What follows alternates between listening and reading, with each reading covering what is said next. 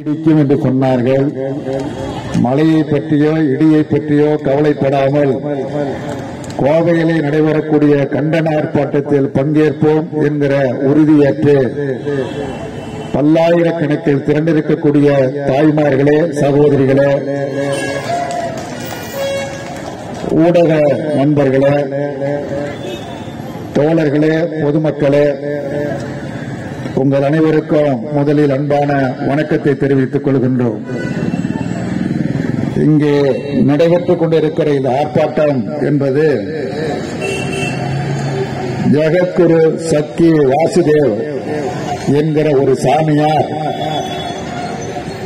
நடத்தி கொண்டிருக்கிற ஈசா அறக்கட்டளை என்கிற யோகா மையத்தில் நடைபெற்றுக் கொண்டிருக்கக்கூடிய அட்டுழியங்களை, அராஜகங்களை எதிர்த்து நடைபெறக்கூடிய போராட்டம்.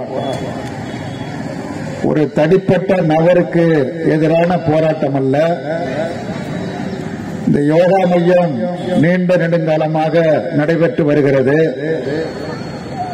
அங்கே ஏராளமான பெண்கள் இருக்கிறார்கள், ஏராளமான சிறுமிகள் இருக்கிறார்கள், ஒருங்கிணைப்பாளர்கள் இருக்கிறார்கள், ஆசிரியர்கள் இருக்கிறார்கள், பலரும் இருக்கிறார்கள். இப்படிப்பட்ட இந்த யோகா மையத்தில் நடக்கக்கூடாத சம்பவங்கள் அனைத்தும் நடைபெற்றுக் கொண்டிருக்கிறது, தொடர்ச்சியாக நடைபெற்றுக் கொண்டிருக்கிறது. ஆயிரக்கணக்கான ஏக்கர் நிலங்களை சுற்றி வளைத்திருக்கிறார்கள். அந்த நிலங்கள் என்பது அரசுக்கு சொந்தமான நிலம் இருக்கிறது, பழங்குடி மக்களுக்கு சொந்தமான நிலம் இருக்கிறது, ஆதிவாசிகள் மக்களுடைய நிலங்கள் இருக்கிறது, மலைவாழ் மக்களுக்கு சொந்தமான நிலங்கள் இருக்கிறது. இவைகளெல்லாம் பலவந்தமாக ஆக்கிரமிப்பு செய்யப்பட்டு அங்கே பல்வேறு கட்டிடங்கள் கட்டப்பட்டு இருக்கின்றன. 13 லட்சம் சதுரடியில் கட்டிடங்களும் கட்டுமான பணிகளும் நடைபெற்றுக் கொண்டு இருக்கிறது. இன்றைக்கு கூட பத்திரிகை பார்த்தேன், கோவை மாநகரத்தில் ஆக்கிரமிப்புகள் எல்லாம் அகற்றி இடித்திருக்கிறார்கள். அதே நேரத்தில் யோகா மையம், ஈசா மையம்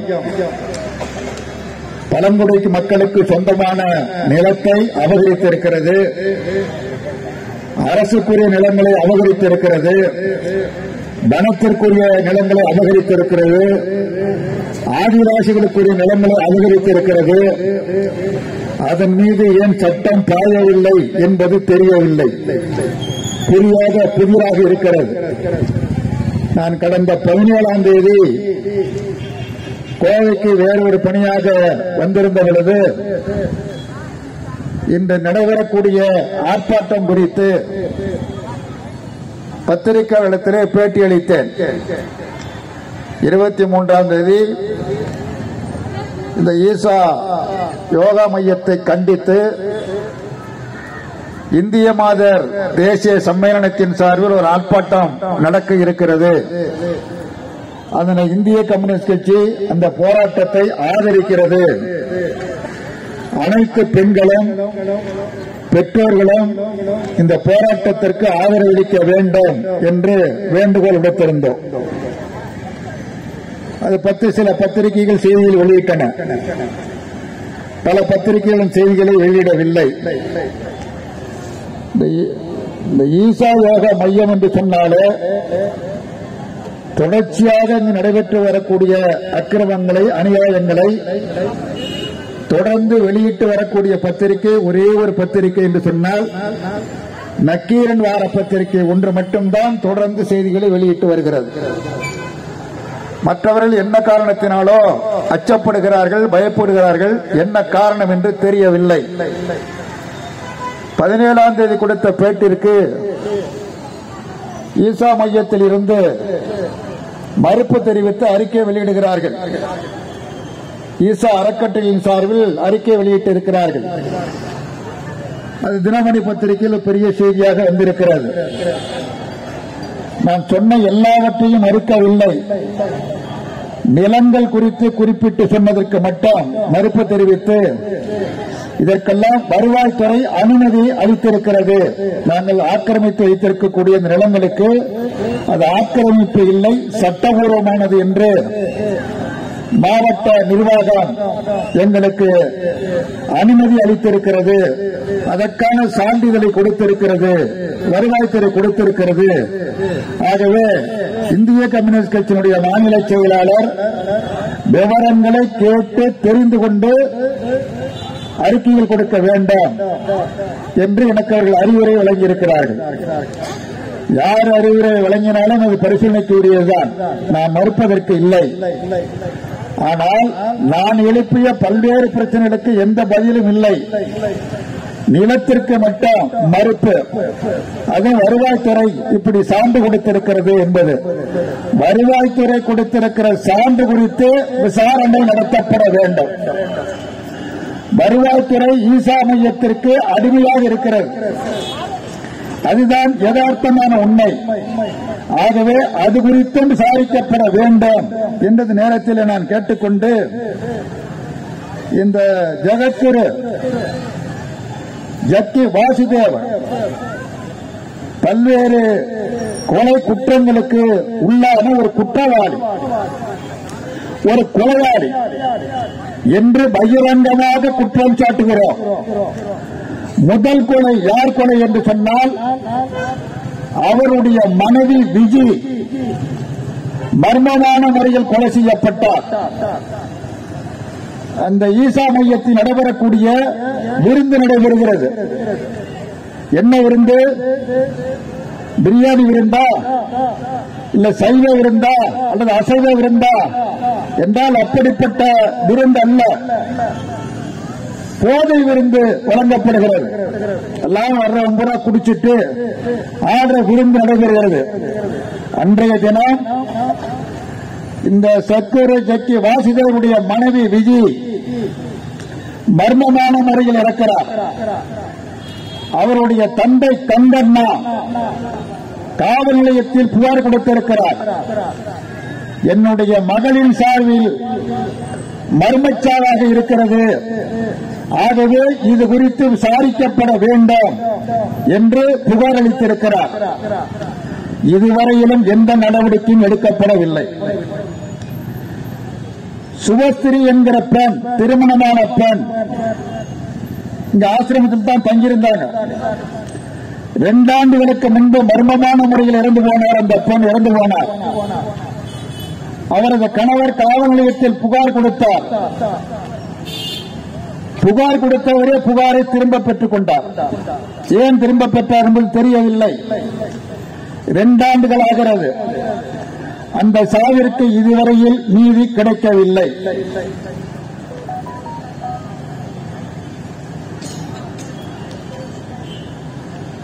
யோகா மையம் என்று சொல்லப்படுகிற இந்த மையத்தில் தகன மேடை இருக்கிறது. அதாவது எரியூட்டுகிற மேடை, சுடுகாடு. சுடுகாட்டுக்கு அங்க என்ன வேலை? அது யோகா கற்றுக் கொடுக்கக்கூடிய மையம். அங்க எல்லாரும் படிக்கிறாங்க, நிறைய பேர் வேலை பார்க்கிறாங்க.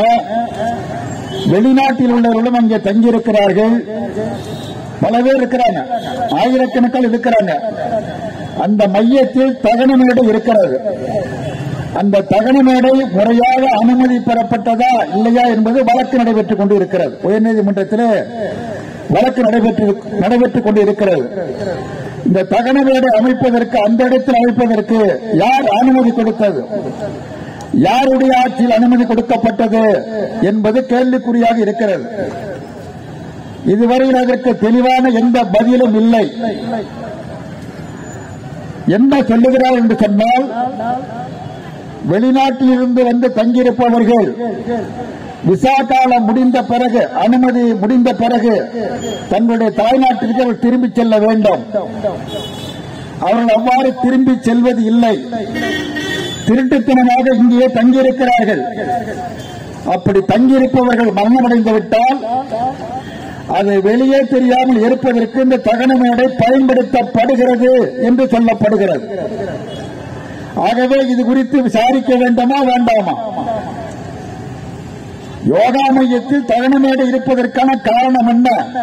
யார் அனுமதி கொடுத்தது? எந்த அனுமதியின் பேரில் அந்த தகனமேடை அமைக்கப்பட்டது என்கிற கேள்விகளுக்கெல்லாம் விடை வேண்டும். இன்னொன்னு சொல்றாங்க, முன்னாள் அமைச்சர் ஒருவர் அதிமுகவை சேர்ந்தவர், பெயர் குறிப்பிட விரும்பவில்லை, நீங்களே இதில் தெரிந்து கொள்ளலாம். அவருடைய பிராமி சொத்துக்கள் பூரா யோகா மையத்தில் தான் இருக்கிறது என்று குறிப்பிடுகிறார்கள்.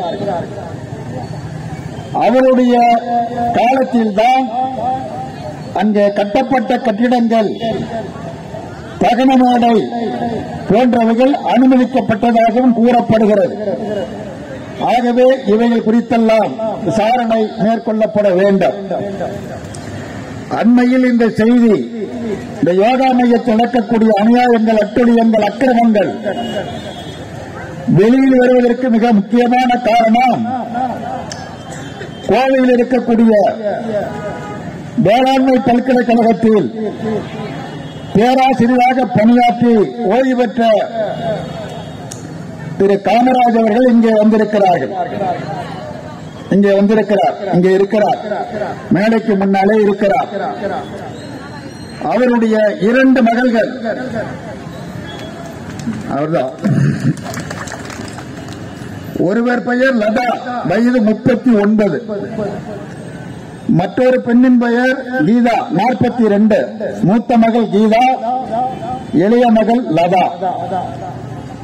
காமராஜ் அவர்களுக்கு 2 மகள்கள் தான். நீண்ட காலமாக இந்த யோகா மையத்தில் இருக்கிறார்கள். அவர்கள் தலை மொட்டையடிக்கப்பட்டு, பெண்களுக்கு மொட்டையடிச்சா அவனுடைய எப்படி இருக்கும் என்பது உங்களுக்கே தெரியும், பெண்களாகிய உங்கள் அனைவருக்கும் தெரியும். அந்த 2 பெண்களையும் மொட்டையடித்து இந்த யோகா மையத்தில் அடைத்து வைத்திருக்கிறார்கள். திரு காமராஜ் அவர்கள், பேராசிரியர் அவர்கள் மகளோடு பேசுகிறார். தாய்க்கு உடல்நலம் சரியில்லை, சாப்பிடாமல் இருக்கிறார், நீங்கள் ஒரு முறை வீட்டிற்கு வந்து பார்த்து செல்லுங்கள் என்று கெஞ்சுகிறார். போன்ல பேசுறார். மகள் என்ன பதில் சொல்லணும்? அம்மாவுக்கு உடம்பு சரியா இல்லையா? அம்மா யாரு? 10 மாதம் சுமந்து பெற்றவள், வளர்த்தவள். 10 மாதம் சுமந்து பெற்ற வளர்க்கப்பட்ட அந்த குழந்தை சொல்லுகிறது, நான் வர முடியாது, நான் வர மாட்டேன். இல்ல, அம்மாவுக்கு உடம்பு சரியில்ல, அப்பா கெஞ்சுறார். வளர்த்து படிக்க வைத்த தந்தை கெஞ்சுகிறார், அம்மாவுக்கு ரொம்ப உடம்பு சரியில்ல, நீங்கள் வந்து பார்க்காத காரணத்தினால் அவர் சாப்பிடாமல் பட்டினியாக இருக்கிறார், உண்ணாவிரதம் இருக்கிறார், நீங்கள் வந்து பார்த்து செல்லுங்கள், 2 பேரும் வந்து 10 நிமிடம் வந்து பார்த்து விட்டு உடனே போங்கள் என்று கெஞ்சுகிறார். குழந்தை என்ன பதில் சொல்லுதுன்னு, அப்பாட்ட வர முடியாது, நான் வர மாட்டேன். இல்ல, அம்மா இப்படி இருக்கிறாங்க, அவங்க எப்படி ஆனாலும் அதை பற்றி எனக்கு கவலை இல்லை. இல்ல, உடல்நிலை ரொம்ப மோசமாக இருக்கிறது, கவலைக்கிடமாக இருக்கிறது, அதை பற்றி எனக்கு கவலை இல்லை. அம்மா கவலைக்கிடமாக இருக்கிறார் என்று சொல்லுகிற பொழுது மகள் சொல்லுகிற பதில் என்ன? மகள் பதற வேண்டாமா? பதறி இதோ வருகிறேன், அம்மாவிடம் சொல்லுங்கள் என்று சொல்ல வேண்டாமா? அதற்கு மாறாக, அம்மா செத்தால் எனக்கு கவலை இல்லை, நான் வரமாட்டேன் என்று சொல்லுகிறார் என்று சொன்னால் நிலைமை எப்படி இருக்கிறது? அவர் நீதிமன்றம் சென்றார். சென்னை உயர்நீதிமன்றத்திற்கு சென்று ஆட்கொணர்வு மனு தாக்கல் செய்து வழக்கு நடைபெற்றது. அந்த வழக்கில் உயர்நீதிமன்றம் சில நல்ல தீர்ப்புகளை எல்லாம் வழங்கியது. அந்த மையத்தை விசாரிக்க வேண்டும், காவல்துறை, வருவாய்த்துறை இதெல்லாம் சென்று விசாரிக்க வேண்டும் என்று தீர்ப்பு வழங்கியது. செப்டம்பர் மாதம் 30ஆம் தேதி தீர்ப்பு வழங்கப்படுகிறது. அக்டோபர் மாதம் 3ஆம் தேதி உச்சநீதிமன்றம் சென்று உயர்நீதிமன்றம் அளித்த தீர்ப்பிற்கு தடையாணை பெறுகிறார். 3 நாள்ல தடையாணை பெற முடிகிறது. என்ன காரணம்? அந்த அளவிற்கு அவர் செல்வாக்கு பெற்ற மனிதராக இருக்கிறார். மோடியின் ஆட்சியில் செல்வாக்கு பெற்ற மனிதராக. அவருக்கு ஏதோ பட்டம் எல்லாம் கொடுத்திருக்கிறாங்க ஒன்றிய அரசின் சார்பாக, பத்மபூஷன் விருது. ஒரு மகா அயோக்கியனுக்கு மோடி சர்க்கார் வழங்கியிருக்கிற பட்டம் பத்மபூஷன் விருது கொடுத்திருக்கிறது. ஆகவே அந்த செல்வாக்கோடு இருக்கிற காரணத்தினால் உச்சநீதிமன்றம் உயர்நீதிமன்ற உத்தரவுக்கு தடையாணை பிறப்பிக்கிறது. பிறகு அது விசாரிக்கிறது. லதா கீதா இருவரையும் ஆன்லைன் மூலமாக விசாரணை மேற்கொள்கிறது. அந்த 2 பெண்களும் சொல்றாங்க, 2 குழந்தைகளும் சொல்றாங்க, யாருடைய நிர்பந்தத்தின் பேரிலும் நான் இங்கே இருக்கவில்லை, நாங்கள் சுயமாக நாங்கள் விரும்பித்தான் இங்கே இருக்கிறோம் என்று சொல்றாங்க. கோர்ட் அதை ஏற்றுக்கொள்கிறது. மற்றவர்களை விசாரிக்க வேண்டும் என்று உச்சநீதிமன்றம் உத்தரவு பிறப்பித்திருக்கிறது. அமெரிக்காவைச் சேர்ந்த பெண் ஒருவர், அமெரிக்காவைச் சேர்ந்தவர், கணவருக்கும் அவருக்கும் குடும்ப பிரச்சனை. இந்த குடும்ப பிரச்சனையை தீர்ப்பதற்கு அவருடைய தோழி மூலியமாக அமெரிக்காவில் சாமியார் ஜக்கியை சந்திக்கிறார்கள். சந்தித்து பிறகு தொடர்ச்சியாக அங்கே ஒரு யோகா மையம் இருக்கிறது, அங்கே அவர் செல்லுகிறார். தொடர்ந்து பெண் செல்லுகிறார். அப்படி சென்று தனது வீட்டில் இருக்கிற பிரச்சனையை, கணவனுக்கும் அவருக்கும் உள்ள பிரச்சனையை சொல்லுகிறார். அதுக்கு சாமியார் என்ன சொல்றாருன்னா, உனக்கு பெரிய தோஷம் இருக்கு, அந்த தோஷத்தை நீக்கணும். அந்த தோஷத்தை நீக்கணும்னா தாந்திரிக முறையில் தான் அதை எடுக்க முடியும். அதற்கு அமெரிக்காவில் வசதி கிடையாது. அதனால நீ கோவையில் இருக்கிற ஈசா மையத்துக்கு வா, நான் தாந்திரிக முறையில் உனக்கு ஏற்பட்டிருக்கிற தோஷத்தை நீக்கி விடுறேன்னு சொல்றார். பாவம் அந்த அம்மா கணவனை விட்டுட்டு இங்க வர்றாங்க, ஈசா மையத்துக்கு வர்றாங்க. கோவையில் இருக்கிற ஈசா மையத்துக்கு வர்றாங்க. ஈசா மையத்துக்கு வந்த பிறகு சாமியாரோட தொடர்ந்து அவங்க பேசிக்கிட்டே இருக்கிறாங்க. ஒரு நாள் குறிப்பிடப்படுகிறது. நல்ல நாள் கெட்ட நாள் சொல்ல முடியாது, அது மாதிரி ஒரு தேதி குறிப்பிடப்படுகிறது. அந்த தேதியில் அவரது தனி அறைக்கு செல்ல வேண்டும். அவ்வாறு செல்லுகிற பொழுது அந்த பெண் எப்படி அனுப்பப்படுகிறார் என்று சொன்னால், உச்சங்காலில் இருந்து உள்ளந்தலை வரையில் வாசனை திரவியமான சந்தனத்தை அழகாக உடல் முழுவதும் பூசி மெல்லிய ஆடை போர்த்தி, அந்த ஆடையை போர்த்தினா உடம்புல உள்ளது பூரா வெளியில தெரியும், அப்படிப்பட்ட மெல்லிய ஆடையை போர்த்தி அவர் இருக்கிற அறைக்கு அனுப்புகிறார்கள். அந்த அறைக்குள்ள உள்ள அந்த அமெரிக்க பெண் நுழைந்த உடனேயே வெளியில 2 பேர் தடியன் காவல்காரன் நிற்கிறான். அந்த அம்மா உள்ள போன கதவெடுத்து சாத்தி வெளியில தாப்பா போட்டுறான். வெளியில தாப்பா போட்ட பிறகு உள்ளே இருக்கிற அந்த பெண்ணுக்கு ஏதோ ஒரு திரவத்தை கொடுக்கிறார்கள். என்ன அவங்களுக்கு ஏற்பட்டிருக்கிற என்ன போகணும், தோஷம் போகணும்ல, அதுக்காக ஒரு திரவம் கொடுக்கப்படுகிறது. அந்த அம்மா நம்பி குடிக்கிறாங்க. ஒரு நல்ல நிலையில் இருக்கிற பொழுது சாமியார் சொல்றார், நான் சிவன், நீ சக்தி, சிவனும் சக்தியும் சேர்ந்தால் ஆலிங்கனம் செய்தால் உனக்கு பிடித்திருக்கிற தோஷம் நீங்கி போயிடும். இதெல்லாம் சொல்றதுக்கு வெக்கமா இருக்கு. நிறைய ஆம்பளைங்க தான் பரவாயில்ல, இன்னும் பச்சையா சொல்லுவேன். எல்லாரும் தாய்மார்களா சகோதரிகளா தாய்மார்களா இருக்கிறீங்க, சொல்றதுக்கு கூச்சமா இருக்கு, வெக்கமா இருக்கு. இது அனைத்தும் பத்திரிகையில வந்த செய்தி தான் சொல்லிட்டு இருக்கிறேன். அந்த அம்மா நாசமா போனாங்க. பிறகு ஒரு வழியாக தப்பித்து மும்பை சென்று அங்கிருந்து எப்படியோ அமெரிக்காவுக்கு போயிட்டாங்க. அவங்க பேட்டியெல்லாம் கொடுத்திருக்கிறாங்க. அதே மாதிரி அங்க நிறுவனத்தில் 5 ஆண்டு காலம் பணியாற்றிய செந்தில் என்பவர் பல்வேறு செய்திகளை சொல்றார். அங்கே பணியாற்றினவர் மரம் நடுவது என்கிற பெயரால் பொதுமக்களிடத்தில் வசூல் செய்கிறார்கள். நானே 15 லட்சம் ரூபாய் வசூல் செய்து கொடுத்திருக்கிறேன், ஆனால் எங்கேயும் மரம் நடவில்லை. என்னிடத்திலே பணம் கொடுத்தவர்கள் பணம் வாங்கினிய மரம் எங்க நட்டன்னு கேட்கிறாங்க. நான் பதில் சொல்ல முடியாமல் நெருக்கடிக்கு ஆளாகி இருக்கிறேன் என்று சொல்றார். அங்க ஒருங்கிணைப்பாளர் இருக்கிறாங்க, பல பேர் ஒருங்கிணைப்பாளர். அந்த ஒருங்கிணைப்பாளருக்கு என்ன வேலைன்னா பிரம்மச்சாரியத்திற்கு ஆள் சேர்ப்பது. அதாவது திருமணமே செய்து கொள்ள மாட்டேன். காமராஜ் பொண்ணு முட்டடிச்சுட்டாங்கல்ல, அது மாதிரி பல பேரை பிரம்மச்சாரியமாக ஆவதற்கு ஆள் சேர்க்கிற வேலை தான் அந்த ஆர்கனைசருடைய வேலை, ஒருங்கிணைப்போடைய அவருடைய வேலை. ஆனா ஜக்கியோட மக அந்த பொண்ணுக்கு முட்டடிக்கல.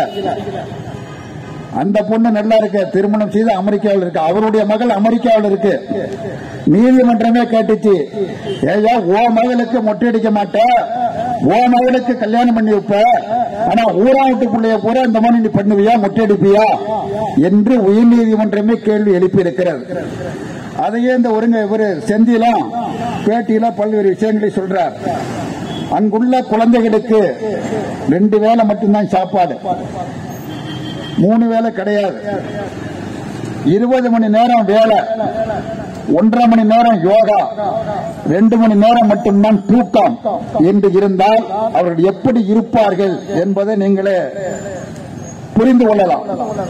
சட்டத்திற்கு புறம்பான முறையில் பல பேர் அங்கு தங்கியுள்ளனர், வெளிநாட்டைச் சேர்ந்தவர் உட்பட சட்டத்திற்கு புறம்பான முறையில் தங்கியுள்ளார்கள் என்று அந்த நிறுவனத்தில் 5 ஆண்டு காலமாக பணியாற்றிய செந்தில் என்பவர் பேட்டி கொடுத்து பத்திரிகையில் எல்லாம் வந்திருக்கிறது. இந்த மாதம் தங்கமணி என்கிற ஒரு பெண் அவங்க வீட்டு மாட்டை 2-3 செனமாடு பசுமாடு அதை ஓட்டிட்டு வர்றாங்க. ஈசா மையத்தில் நிர்வாகியா தினேஷ் ராஜா என்கிறவன் ஒருத்தன் வேலை பார்க்கிறான், அடியால் மாதிரி தினேஷ் ராஜா.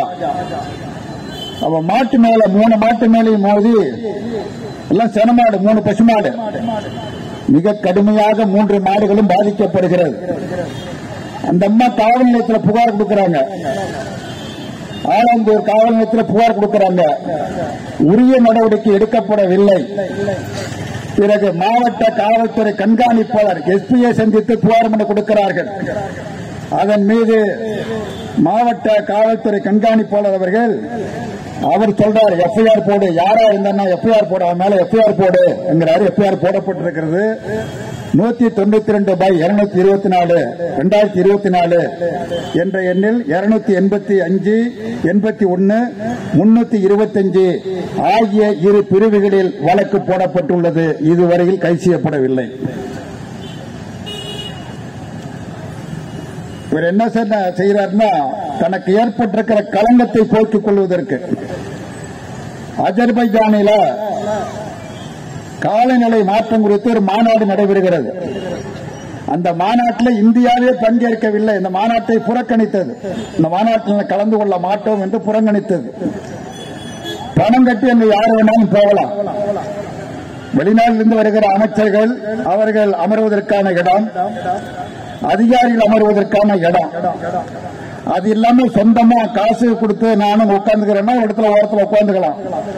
அந்த மாதிரி ஒரு காசு கொடுத்து அந்த மாநாட்டில் கலந்து கொண்டு அதை படம் எடுத்து பத்திரிகையில் கொடுத்து இவர் ஏதோ காலநிலை மாற்றம் குறித்து ஒரு கவலைப்பட்ட மனிதராக, பொதுநல அக்கறை உள்ள மனிதராக காட்டிக் கொள்வதற்குள்ள ஒரு வேஷத்தையும் போட்டிருக்கிறார் என்பதை நீங்கள் கவனத்தில் கொள்ள வேண்டும். ரொம்ப முக்கியமாக நான் சொல்ல விரும்புவது அந்தரங்க தீட்சை. இந்த ஒரு பேனர் பிடிச்சிருப்பாங்க நம்ம பிள்ளைங்க எல்லாம், தூக்கி வாங்கிமுங்க அந்த பேனரை, சும்மா அப்படி காமிங்க. இந்த பேனரை நல்லா கவனிச்சு பாருங்க. எப்படி உங்கள்கிட்ட நான் சொல்றதுன்னு தெரியல. இதுக்கு பேரு அந்தரங்க தீட்சை கொடுக்கிறாராம். தீட்சைன்னா பொதுவாக நான் பார்த்துக்கிறேன், முனிவர்கள் சாமியார்கள் தீட்சை கொடுப்பாங்க. எப்படி தீட்சை கொடுப்பாங்கன்னா அப்படி தலையில கையை வச்சு ஆசீர்வாதம் பண்ணுவாங்க. இவர் எங்க தீட்சை கொடுக்கிறாரு அப்படின்னா, எங்க கொடுக்க கூடாது அங்க கொடுக்கிறாரு. கால் கட்டவர்களால அழுத்தி கொடுக்கிறாரு. அந்த யோகா மையத்தில் ஒரு அம்மா வேலை பார்க்கிற அம்மா சொல்றாங்க, நீங்க சொல்ற இடத்துல அவர் கட்டவர்களை வச்சு அழுத்தல, தொப்புளுக்கு கீழே தான் வச்சு அழுத்தினாங்கன்னு பேட்டியும் கொடுக்குறாங்க. இந்த பேனரை பாத்தீங்கன்னா தெரியும், பத்திரிகையில பகிரங்கமா வந்திருக்குது. கட்டவர்களை எந்த இடத்தில் வைக்கிறார், எந்த இடத்தில் வைத்து கட்டவர்களை அழுத்துகிறார், தீட்சை கொடுக்கிறாராம். இந்த தீட்சையை பெற்று அவங்க எல்லாம் நல்லா இருப்பாங்களாம். இந்த மாதிரி ஒரு பெண்ணு 2 பெண்ணுக்கு இல்ல, பல 100 பெண்களுக்கு தீட்சை இப்படிதான் வழங்கிட்டு இருக்கார். இங்க பல பேர் இங்க வந்து சேர்ந்தவர்களுக்கு பைத்தியம் முடிச்சு பல பேர் போயிட்டாங்க, பல பேர் பைத்தியம் ஆயிட்டாங்க. பலர் வந்து மர்மமான முறையில் இறந்திருக்கிறார்கள், புற்றுநோய் போன்ற பாதிக்கப்படுகிறார்கள். இந்த ஈசா மையம் சும்மா நடக்கல, நுழைவு கட்டணம் ஒரு கட்டணம் வச்சிருக்கிறாங்க, கட்டணம் வசூல் பண்றாங்க. அது அல்லாமல் அங்க உறுப்பினராக சேர்ந்தால் தன்னுடைய மாத வருமானத்தில் அல்லது தொழில் நடத்தினால் அது லாபம் சம்பாதித்தால் 7% வருமானத்தில் லாபத்தில் 7% ஈசா மையத்துக்கு மாதந்தோறும் தவறாமல் கட்ட வேண்டும். ஓசியில ஒன்னும் நடத்தல, காசை பறிச்சுக்கிட்டு தான் நடத்திட்டு இருக்கிறான். அது எப்படி இருக்கு அப்படின்னா, நீ அரிசி கொண்டா நான் உமி கொண்டாட 2 பேரும் ஊதி சாப்பிடுவோங்கிறது மாதிரி. பணத்தை எல்லாம் நீ கொடு, அந்த பணத்தை வச்சு நான் மையம் நடத்துறேன், மையம் நடத்தி கொண்டு இப்படிப்பட்ட அக்கிரமங்கள் அநியாயங்களை செய்து கொண்டிருப்பேன் என்று செய்து கொண்டிருக்கிறார்கள். பொள்ளாச்சியைச் சேர்ந்த ஓய்வு பெற்ற ஆசிரியரின் மகள் தீட்சை பெற்றவர், இந்த மாதிரி தீட்சை பெற்றவர் பைத்தியம் முடிச்சு பைத்தியம் சொல்லி வெளியேற்றிட்டான். கிருஷ்ணகிரியைச் சேர்ந்த பெண் மருத்துவர் டாக்டர், இந்த சாந்தி நிக்கிறாங்கல்ல டாக்டர், இந்த மாதிரி டாக்டர் ஒன்னும் விவரம் இல்லாதவங்களாம் கிடையாது.